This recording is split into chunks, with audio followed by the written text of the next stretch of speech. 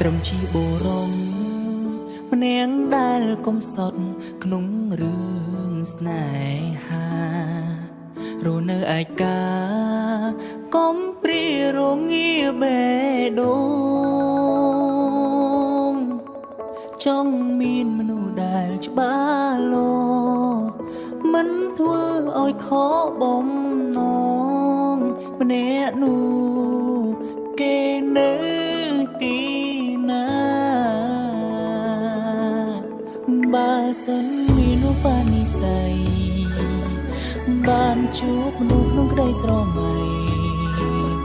សូមឲ្យនាងគឺជាមនុស្សស្រីចុងក្រោយដែលខ្ញុំប្រាថ្នាព្រមតទួយអ្វីគ្រប់យ៉ាងទោះបីមានឧបសគ្គយ៉ាងណាក៏ក្តីស្នេហាមិនព្រួលប្រែឡើយផ្សំជួបនារីម្នាក់ដែលសាមញ្ញធម្មតាមិនប្រាថ្នាល្អឥត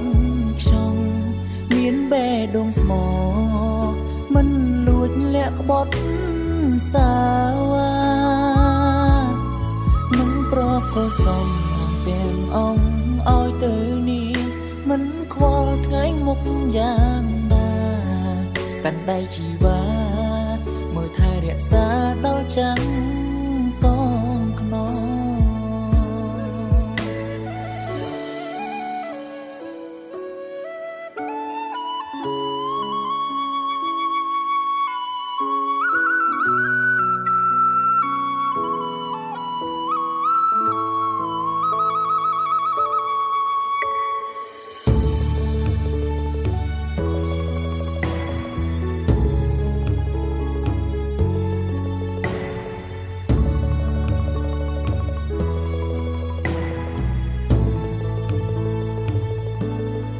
បើសិនមានឧបនិស្ស័យ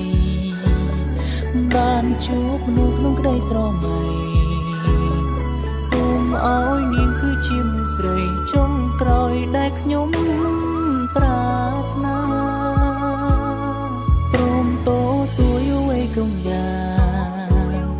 ទោះបីមានឧបសគ្គយ៉ាងណាក៏ក្តីស្នេហាមិនព្រួលប្រែឡើយផ្សំជួបនារីម្នាក់ដែលសាមញ្ញធម្មតាមិនប្រាថ្នាល្អឥតខ្ចង់